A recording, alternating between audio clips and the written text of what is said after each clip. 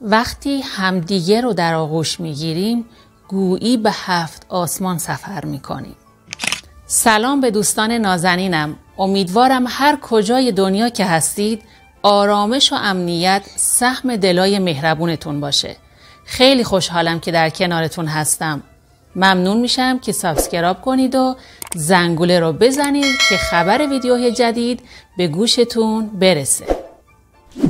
آسمان اول، هورمون کورتیزول کاهش پیدا میکنه، استرس کم میشه و آرامش درونی پیدا میکنیم.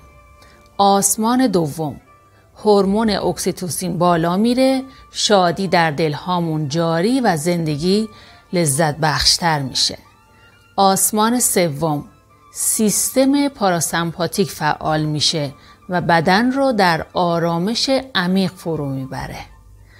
آسمان چهارم، پیوند عاطفی بین افراد تقویت میشه و ارتباطها عمق بیشتری پیدا میکنن. آسمان پنجم، سیستم ایمنی قوی‌تر و بدن برای مقابله با بیماری‌ها آماده تر میشه. آسمان ششم، احساس نزدیکی و تعلق خاطر در دلهامون ریشه میزنه.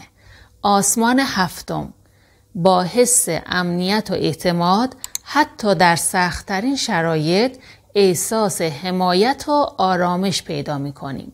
آغوشی ساده، پلیس به آسمان‌ها، جایی که احساسات ناب زندگی جریان پیدا می‌کنه.